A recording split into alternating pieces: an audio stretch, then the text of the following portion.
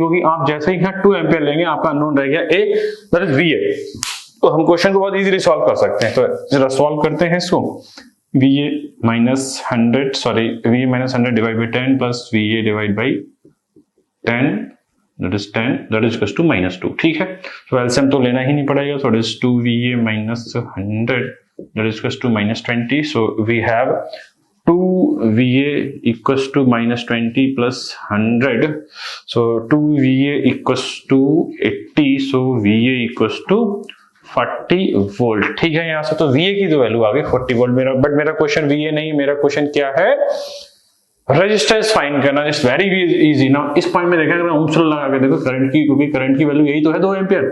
सो I बराबर B by are से अगर देखें, I की वैल्यू है 2 एम्पियर और वोल्टेज कितना निकाल लिया आपने, 40 निकालना था R। सो R बराबर 40 बटे 2 दैट इज 220 ओम। ऑप्शन में है, यस इट इज करेक्ट। सो ये आपको समझ में आ जाना चाहिए ये कैसे आया। क्लियर है। सो अभी तक हमने 2 क्वेश्चन सॉल्व कर लिए। अब दोनों क्वेश्चनों को मैंने क्या करा, नोडल से सॉल्व करा। हालांकि और भी मेथड है मेरे पास सॉल्व करने के लिए, बट अभी मैं नोडल पढ़ा रहा हूं तो I just emphasise on the nodal analysis. ठीक है, now moving to the question number 3। तो थर्ड क्वेश्चन में देखते हैं। अब मैंने थोड़ा सा नोडल को नोड्स बढ़ा दिए इस क्वेश्चन में। तो सबसे पहले हम लोग फाइंड करते हैं नंबर ऑफ नोड्स, चेक करते हैं।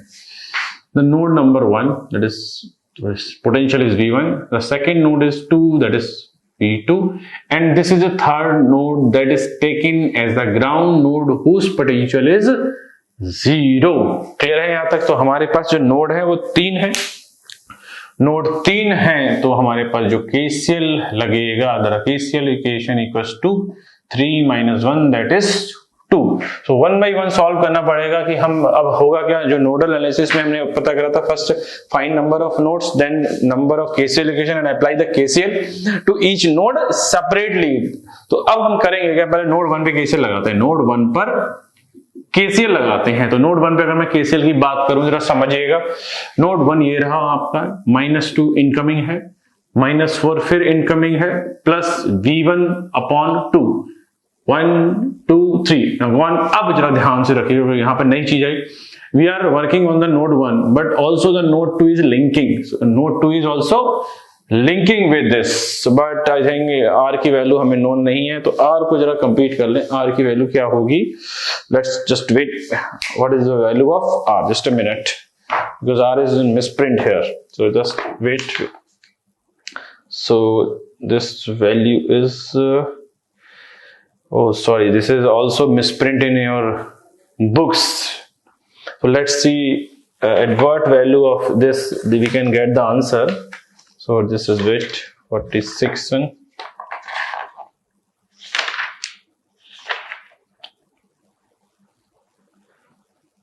So we don't have any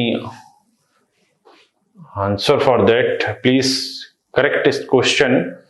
So how we can get the answer, let's check. We will take according to the option, we will take the answer, don't worry about that। ठीक है। So और in general it is 1 ले लेंगे तो ज्यादा easy हो जाएगा काम हमारा। So let's take it as 1।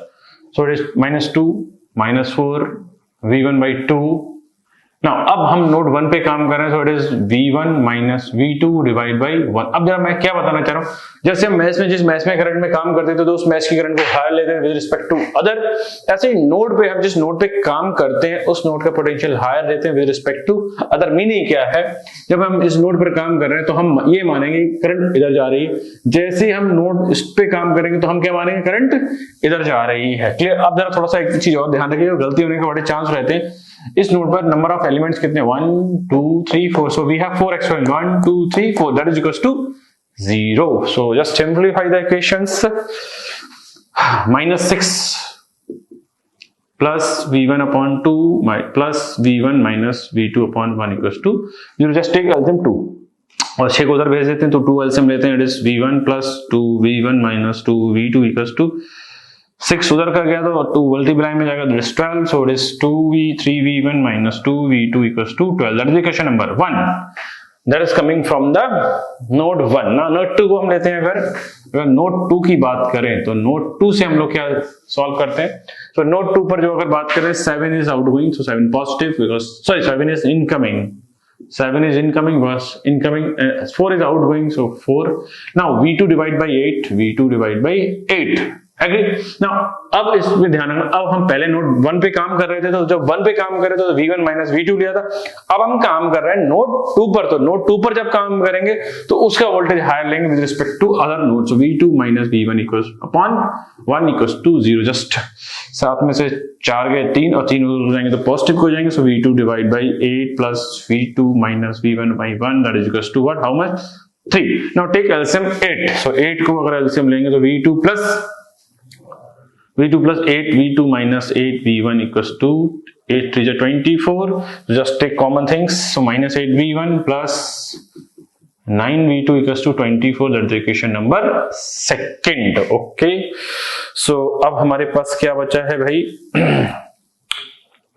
हम लोगों के पास जो है इक्वेशन नंबर 1 और इक्वेशन नंबर 2 आगे थोड़ा सा इरेज कर लेते हैं जिससे कि थोड़ा और स्पेस आ जाए। नाउ स्टार्ट करते हैं।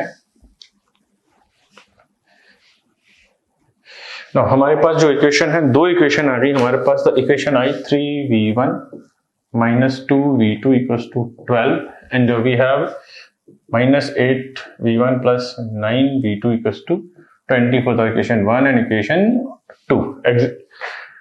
So we have two equation, two unknown. Now हम कर क्या सकते हैं इसमें, करेंगे क्या वही। अब अगर मैं इसको मल्टीप्लाई कर लूं 9 से, और 9 से भी क्यों करें हम, तो ज्यादा महंगा पड़ेगा हमें, क्योंकि अगर मैं 9 से इधर करूंगा, हाँ तो ठीक है 9 से इधर कर लेते हैं और 2 से इधर कर लेते हैं, क्योंकि 9 दूनी 18 और यहाँ 9 2 18 एंड 9 2 18 बैलेंस हो जाएगा, ठीक है। सो 9 3 27 27 हो गया, माइनस 18 V2 और 12 निम्मा 9 दूनी 18 1 9 एकम 9, सॉरी 12 9 है ना, 9 दूनी 18 1 हासिल लगा, 9 एकम 9 1 10 108 हो गया यहाँ पर।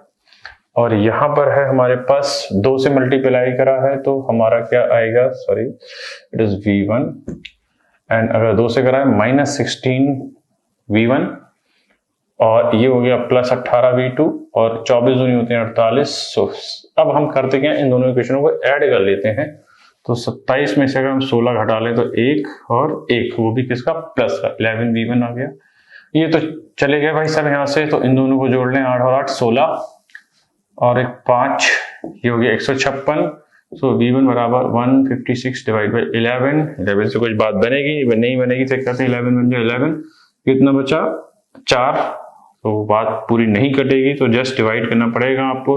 156 डिवाइड बाई, तो हम लोग 1 जा 4 6 4 जा, सो इट इज 2.0 नहीं जाएगा, एक बार जाएगा 11 that is 9 then 9 so it is 14 point something, so V1 is 14.1 that is a clear है ना। अब हम V2 को सॉल्व कर लेते हैं, V2 की वैल्यू क्या आएगी वो चेक कर लेते हैं। बट न्यूमेरिकल की वैल्यू जो है बहुत अटपटी सी दी हुई है क्योंकि मिसप्रिंट था डेटा न्यूरो एग्जाम। सो 14.1 आ गया यहाँ तक, ठीक है भाई साहब। तो V1 की वैल्यू आ गई 14.1। अब हमारे पास कोई भी एक इक्वेशन में इसकी वैल्यू रख लेते हैं जिसमें इजी पड़ेगा। So put in 1, so 3V1 minus 2V2 बराबर 12, एग्री। सो V1 की वैल्यू मैंने निकाली 14, सो मैं जस्ट अप्रोक्सीमेशन ले रहा हूँ, 3 into 14.1 minus 2V2 equals to 12। So 14 3 42 होता है और 42.3 आ जाएगा ये, माइनस 2V2 बराबर 12। सो इसको और ले जाते हैं, 42.3 माइनस 12 इक्वल्स टू 2V2। सो अगर मैं इसमें से घटा लूं, 42 में से अगर 12 घटाएंगे तो बचेंगे 30 और 30.3 that is equals to 2V2। So V2 equals to 30.3 divide by 2, 30 का आधा 15 और 3 का आधा, सो ये लगभग इसका आंसर आएगा 15 point something, 15.1, ठीक है, अप्रोक्सीमेशन आंसर, ठीक है। नाउ अब हमारा क्वेश्चन कुछ और था। हमारा क्वेश्चन जो था वो ये आई फाइंड करना था जो यहाँ मार्क हुई थी, क्लियर है। सो आई यहाँ अगर मार्क थी तो आई बराबर देखते हैं, आई बराबर क्या हुआ। अब जरा ध्यान रखें आई किधर से किधर फ्लो कर रही हो, V2 से V1 की तरफ, क्योंकि V2 बड़ा है किससे, so I is V2 minus V1 upon how much 1 लिया है हमने, और V2 माइनस V1 अगर मैं इसको 15 मान लूं और इसको 14 मान लूं तो 1/1 एम्पियर ऑप्शन में था, यस था, बट ये हमारा 1 जब आया है जब मैंने करंट ली है किधर से किधर, इधर से इधर। क्लियर है भाई साहब? बट आपके क्वेश्चन में जो करंट मार्क कर रखी थी वो थी V1 माइनस V2। अगर हम एग्जैक्टली अकॉर्डिंग टू क्वेश्चन चलेंगे, क्योंकि मैंने क्वेश्चन का आंसर इधर से लिया है, सो ये क्वेश्चन होगा V1 minus V2 that is divided, तो ये आएगा -1। So we have to take the answer B according to our data, क्योंकि हमने जो R लिया है वो 1 लिया है। So this is about the third question. Lengthy पड़ गया था but don't worry about that, सारी प्रॉब्लम सॉल्व हो जाएंगी। Now moving to the question number 4। Clear है भाई साहब? सो क्वेश्चन नंबर 4 की तरफ बढ़ते हैं। For the circuit shown in figure the voltage across the 30 ampere current source is. So check करते हैं कितने नोड है। नोड है ये एक, और इसका मैं पोटेंशियल मान लेता हूं VA। एक नोड ये है जिसका पोटेंशियल 0, तो नोड हो गए 2, और KCL कितनी बार लगेगा, KCL लगेगा 2 - 1 एक बार। क्लियर है? और कहां लगेगा, जिस नोड का पोटेंशियल हमें पता नहीं है, अननोन पॉइंट के पोटेंशियल पे। हम अननोन पॉइंट जहां पर पोटेंशियल नहीं पता होता है KCL वही लगता है, क्योंकि यहां पर कोई लगा देगा तो इसका तो पता ही है ना, अननेसेसरी क्यों लगाएंगे। तो लगाते हैं क्वेश्चन में VA minus 60 divide by 20, this is the current in this branch. Now this is outgoing, so just take positive, because outgoing का मैंने रूल अपने अकॉर्डिंग, मेरा जो कन्वेंशन है उसके अकॉर्डिंग मैंने बताया था, आउटपुट जो आउटगोइंग करंट है मैं उसको पॉजिटिव लेता हूं और इनकमिंग को negative, plus VA divide by 10 equals to 0। So हम ले लेते हैं इसको, VA minus 60 upon 20 plus VA divide by 10 that is equals to -30। So अगर एलसीएम लिया जाए तो 20 लिया जाएगा, 20 से अगर VA minus 60 plus 2VA equals to, अगर मैं 20 इधर को भेज दूंगा तो ये -600 हो जाएगा। श्योर है ना ये? हाँ यस, -20 ले लिया है तो ये हो जाएगा 600। ठीक है यहाँ तक? सो it is 600। So just take this value also. So 3VA equals to -600 plus 60, और अगर मैं 600 में से 60 घटा दूंगा तो आएगा 540 -540, और अगर मैं डिवाइड करूं, जरा यहाँ पर मैं कैलकुलेशन कर रहा हूं, तो VA बराबर माइनस यहाँ पर है -540 डिवाइड बाई 3, तो 3 निकम 3 होते हैं, 3 बन जाओ 3, कितना बचा 2, 3 8 4 24, 0 का 0। सो VA बराबर आ गया -180 वोल्ट। तो देखें ऑप्शन में है यस अवेलेबल है, तो हमारा ऑप्शन जो हो गया वो हो गया C सही हो गया। सो हमने 4 क्वेश्चन करे, चारों डिफरेंट तरीके के थे। मैंने पहले क्वेश्चन में R को इस तरीके से फंसा के रखा था कि आपको नोडल की ज्यादा प्रैक्टिस हो जाए, और कैसे, और दोनों मेथड से मैंने आपको क्वेश्चन बताया था। तो जो नेक्स्ट न्यूमेरिकल था उसमें भी मैंने नोडल को फंसा के रखा था। जो थर्ड क्वेश्चन था वो सीधा था बिल्कुल नोडल का, बट जो आपके कॉम्पिटिटिव एग्जाम में आया हुआ था वहां R की वैल्यू मिसप्रिंट थी, नहीं दी थी, तो हमने अपनी तरफ से अज्यूम कर ली थी R की वैल्यू 1, और R की वैल्यू 1 आएगा तो अप्रोक्सीमेट आंसर जो होगा -1 होगा। फिर लास्ट क्वेश्चन हमने जो सॉल्व करा, ये भी आपके कंपटीशन का हुआ था। यहाँ पर हमने सीधा क्वेश्चन पूछ लिया था कि करंट सोर्स के अक्रॉस कितना वोल्टेज होगा, तो ये आया हमारा -180 volt. So this is about the nodal analysis. 2-3 numerical और देख लेते हैं इस पे, जिससे कि आपको और अच्छी प्रैक्टिस हो जाए। सो क्वेश्चन और कर लेते हैं नोडल एनालिसिस पे। इसके बाद जो हमारा टॉपिक आएंगे नेटवर्क थ्योरम, क्योंकि जो नेटवर्क थ्योरम्स के चलाने के लिए जितने रूल चाहिए थे वो सारे मैंने कवर कर दिए। अब जो डीसी सर्किट में आपका लास्ट टॉपिक बचा है that are the network theorem. तो कुछ न्यूमेरिकल करने के बाद हम अपने नेक्स्ट टॉपिक की तरफ बढ़ेंगे, नेटवर्क थ्योरम्स। स्टार्ट करते हैं हम नेक्स्ट न्यूमेरिकल अपने नोडल एनालिसिस पे। नाउ अब जो हम नोडल एनालिसिस पढ़ रहे हैं, पहले देखते हैं क्या है। सबसे पहले मैं न्यूमेरिकल नंबर फर्स्ट ले रहा हूं, तो मैं न्यूमेरिकल नंबर फर्स्ट लेने से पहले आपको एक टॉपिक बता दूं that we have taken the super nodal analysis. तो पहले इसे कैसे पहचानेंगे, अगर आपके एग्जाम में आ जाएगा तो सुपर नोडल को पहचानने का तरीका क्या है। देखिए न्यूमेरिकल नंबर फर्स्ट देखते हैं। अगर न्यूमेरिकल नंबर फर्स्ट में देखते हैं, ये V1 नोड है, ये V2 नोड है, और ये रहा V3, ठीक है, और ये रहा आपका चौथा नोड, कितना नोड, फोर्थ नोड। तो अगर मैं बात करूं आपके लिए, so we have 4 node, KCL equation कितनी बार लगनी चाहिए? 4 - 3 दैट इज 3 टाइम्स। क्लियर है?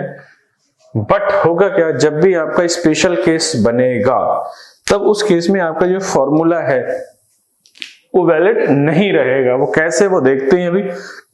जो नोडल एनालिसिस है, उस जो फॉर्मूला है वो नोडल एनालिसिस के लिए वैलिड है, जो कि simple node pair voltage method होता है उसके लिए। बट जब सुपर नोड बनेगा then you will violate this formula. So simple mesh और सिंपल अगर नोडल है तो आपका for the mesh L = B - n+1, और अगर नोडल है तो उसके लिए n-1 जो इक्वेशंस है वो वैलिड होंगी। बट इस फॉर्मूले में, इस क्वेश्चन के लिए देखेंगे आप, ये चीजें वैलिड नहीं होंगी। तो सबसे पहले तो मैं आपको समझाना चाहूंगा कि अगर आपके क्वेश्चन में सुपर मैश बनती है तो कैसे आप फाइंड करेंगे, क्योंकि वहां लिखा हुआ कहीं नहीं आएगा कि आपको सुपर मैश से करना है, सुपर नोड से करना है। आपको खुद पहचानना है कि ये सुपर मैश बन रही है और ये सुपर नोड। तो देखते हैं क्या होगा यहाँ पर। तो चेक करते हैं सुपर नोड को सबसे पहले कैसे पहचाने। हमारे पास एक V1 नोड है, एक V2 नोड है और एक V3 नोड है। तो अगर आप चेक कर रहे हैं, मैं देख रहा हूं V2 और V3 नोड के बीच में एक आइडियल वोल्टेज सोर्स लगा है। जब आइडियल वोल्टेज सोर्स लगा है तो अगर आप यहाँ पर KCL लगा के देखें, V2/8, V2 - V1/2, V2 - V3/0। और क्योंकि आइडियल वोल्टेज सोर्स का इंटरनल रेजिस्टेंस तो क्या होता है? 0 होता है। अगर आप लगा के देखना भी चाहें, एक बार लगा के देख लीजिए। अगर मैं सिर्फ नोड 2 पर कैसे लगाऊं, V2 - V1/2 plus V2/8 plus V2 - V3/5 divide by मैं क्या लिखूं? व्हाट इज द, क्योंकि अगर आप 0 ले रहे हैं, क्योंकि आइडियल वोल्टेज सोर्स जो है इसका इंटरनल रेजिस्टेंस 0 है, तो then this term is 0, then whole term is infinite, और infinite में आप कुछ भी जोड़ेंगे that becomes infinite। या दूसरा आप और सोच सकते हैं, बोले कहीं मिसप्रिंट तो नहीं है क्वेश्चन में। तो फिलहाल यहाँ इस क्वेश्चन में कोई मिसप्रिंट नहीं है, ये क्वेश्चन ऐसा ही आता है। तो ये ध्यान रखिएगा, जब भी आप नोडल लगाते समय नोडल में फंस जाएं तो इसको ध्यान रखिएगा, कुछ स्पेशल होने वाला है। वो स्पेशल क्या होने वाला है, उसी का स्पेशल का नाम है यहाँ सुपर नोडल एनालिसिस। तो मैं बात करता हूं सुपर नोडल एनालिसिस की। सबसे पहले तो हम इसकी डेफिनेशन डिफाइन करेंगे, फिर प्रॉपर्टी क्या होगी वो डिफाइन करेंगे, और सिमिलरली हम आगे बढ़ते जाएंगे। तो सबसे पहले सुपर नोडल की मैं डेफिनेशन दे रहा हूं, बड़े ध्यान से देखिएगा कि सुपर नोडल की डेफिनेशन क्या होती है। सो डेफिनेशन सुपर नोडल की, तो अगर यहां से देखें, जब दो प्रिंसिपल नोड और दो नॉन रेफरेंस नोड के बीच में कोई आइडियल वोल्टेज सोर्स आ जाएगा, देन हम अपना सिंपल नोडल मेथड अप्लाई नहीं कर पाएंगे। इस दिक्कत को दूर करने के लिए हम थोड़ा सा कुछ चेंजेस करेंगे। उस चेंजेस का जो नाम है वो है सुपर नोड, और सुपर नोड में कुछ ना कुछ एक्स्ट्रा लगेगा, जैसे कि सुपर मैश में लगा था, क्योंकि सिंपल मैश वहां काम नहीं आ रही थी। तो बढ़ते हैं, देखिए सुपर नोड की डेफिनेशन की तरफ। पहले डिफाइन करते हैं। मैं when a ideal voltage source is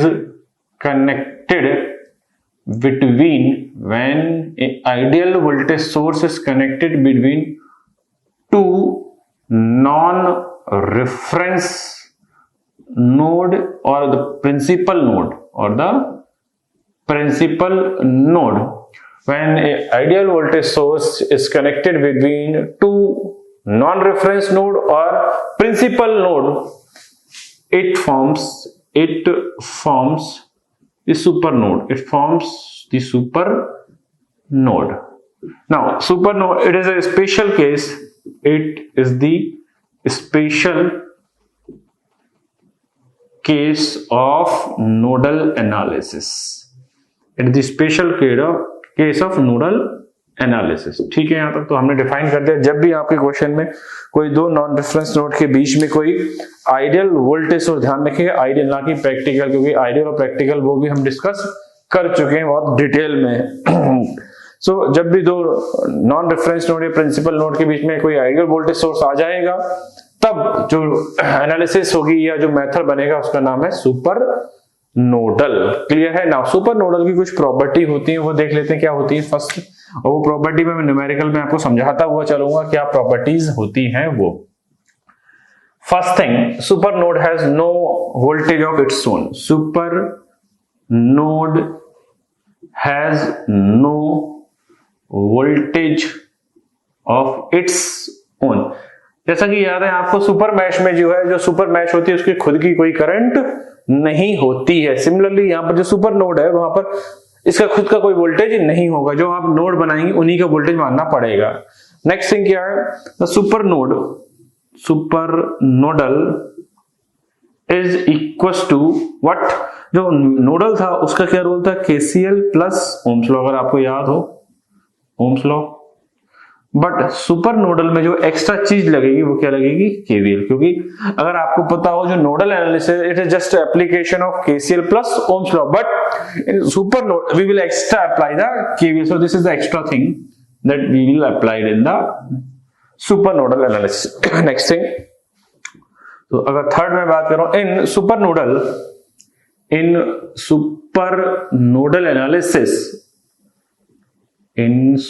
nodal analysis KVL will give you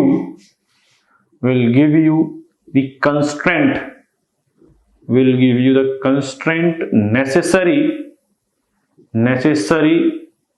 equation। सो ध्यान रखिएगा, जैसे कि मैश सुपर मैश में क्या था, जो केसीएल था वो क्वेश्चन को सॉल्व करने के लिए जो जरूरी इक्वेशन होता था वही देता। सिमिलर यहाँ पर जो केवीएल है वो जरूरी इक्वेशन आपको प्रोवाइड कराएगा क्वेश्चन को सॉल्व करने के लिए। तो फिर से मैं डिफाइन कर रहा हूं, जब भी सुपर नोड कैसे बनेगा, जब भी दो नॉन रेफरेंस नोड के बीच में जो है एक आइडियल वोल्टेज सोर्स हो आएगा तो वो सुपर नोड होगा, और सुपर नोड को सॉल्व करने का तरीका अलग होगा, वो भी डिफाइन करते हैं। बट इसकी कुछ प्रॉपर्टी है, super node has no voltage of its own, super nodal बराबर होगा KCL plus KVL plus Ohm's law. In super nodal analysis the KVL will give you the constraint necessary equation. तो ये हो गई definition, और जितनी भी थ्योरेटिकल बातें थी इससे रिलेटेड वो कवर हो गई। बट अब हम अपना न्यूमेरिकल की तरफ चलते हैं, जिससे कि ये वाली प्रॉपर्टी और जो डेफिनेशन हमने बताई वो क्लियर हो जाए। सुपर नोड को बताने के लिए मैं सबसे पहले चलता हूं आपके क्वेश्चन नंबर 3 पर इस बार, क्योंकि क्वेश्चन नंबर 3 सॉल्व करेंगे तो ज्यादा बेहतर आपको अंडरस्टैंडिंग होगी। सो मैं स्टार्ट करता हूं क्वेश्चन नंबर 3 पहले इस बार। नाउ चेक करते हैं क्या, देखो हमारे पास एक ये नोड है V1, ये नोड हो गया हमारा V1, और ये नोड हो गया V2, एक नोड ये है, ठीक है यहां तक। सो नोड नंबर 3 जिसका वोल्टेज कितना है 0 वोल्ट। नाउ नोड है हमारे पास 3, तो केसीएल कितनी बार लगना चाहिए, 3 - 1 2 टाइम्स। बट जब भी स्पेशल केस होगा तो स्पेशल केस में ये रूल ऐसे वैलिड नहीं होंगे, ये ध्यान रखिएगा आप। अब जरा सुपर नोडल, तो हम ये जो सुपर नोड है हम इसको पहचान लेते हैं, जब भी दो नॉन रेफरेंस नोड के बीच में जो है एक आइडियल वोल्टेज सोर्स होगा तब it is a special case of super nodal, it is a special case of nodal analysis. और नोडल एनालिसिस को सॉल्व करने का तरीका क्या है, अब नोडल एनालिसिस को सॉल्व करने का तरीका क्या है, जिन नोड्स, जो दो नोड सुपर नोड बना रहे हैं उन पर जो है केसीएल जो है एक साथ लगाते हैं, साइमल्टेनियसली लगाते हैं, ना कि अलग अलग, जैसा कि नोडल में होता था। नोडल में क्या होता था, हम हर एक नोड पर केसीएल अलग अलग लगाते थे। बट सुपर नोडल में क्या होगा, जो भी नोड सुपर नोड बना रहे होंगे उन नोड पर केसीएल क्या होगा, एक ही बार में लगेगा। तो लगाते हैं, देखिए तो यहां पर कोई जो दो नोड प्रेजेंट है वो सुपर नोड ही बना रहे हैं और कोई एक्स्ट्रा नोड प्रेजेंट नहीं है। तो सुपर नोड पे हमें क्या बताया गया है कि सुपर नोड पे जो केसीएल है वो एक साथ लगेगा। तो लगाते हैं, ध्यान रखिएगा, ये चीज ध्यान रखनी है। तो मैं लगाता हूं V1 - 7 divide by 4, this branch current, plus V1 divide by 3। तो चेक करिए, अगर ये सिंपल नोडल होता तो क्या होता, सिंपल अगर ये नोडल होता तो हम एक बार इस नोड पे इक्वेशन लगाते, एक बार इस पे लगाते, दो इक्वेशन दोनों मिल जाती। बट सुपर नोडल में क्या है, हम जो केसीएल है दोनों नोड पर एक साथ लगाएंगे। जैसे सुपर मैश में केवीएल जो है पूरी जो मैश होती थी उसमें एक ही बार लगाते थे। क्लियर है बात। तो ये हो गया नोड 1 का केसीएल। अब नोड 2 का देखो केसीएल इसके साथ ही लगाते हैं, V2 divide by 2 plus V2 divide by 6 that is equals to 0। इस इक्वेशन को थोड़ा सा सिंप्लीफाई कर लें, अगर मैं एलसीएम लेना चाहूं तो 12 आएगा आई थिंक। सो अगर 12 एलसीएम है तो 12 में लिख दे रहा हूं यहाँ, क्योंकि 4 जो 12 है 4 से भी डिविजिबल है, 3 से भी डिविजिबल है, 2 से भी डिविजिबल है और 6 से भी डिविजिबल है आई थिंक, और कुछ नहीं आ सकता है। So it is 3v1 minus 3 times होगा तो it is 21, it is 21 plus 4 times जाएगा it is 4v1, it is 6 times जाएगा 6v2, then it is 2 times it is 2v2 equals to 0। Equation को सिंप्लीफाई कर ले तो हमारे पास 3 और 4 7v1 हो गए और v2 v2 हो गया 6v2, और सॉरी ये भी v2 है हमारा, तो 6 नहीं हुए हमारे पास, ज्यादा हो गए 7v1 और 6 तो 8v2 बराबर 21 इक्वेशन नंबर 1। क्लियर है यहाँ तक बात? तो अब जरा यहाँ पे ध्यान दीजिएगा, जो v1 और v2 की टर्म्स में हमारे पास एक इक्वेशन आ गई। अब वो कैसे आई है, जब हम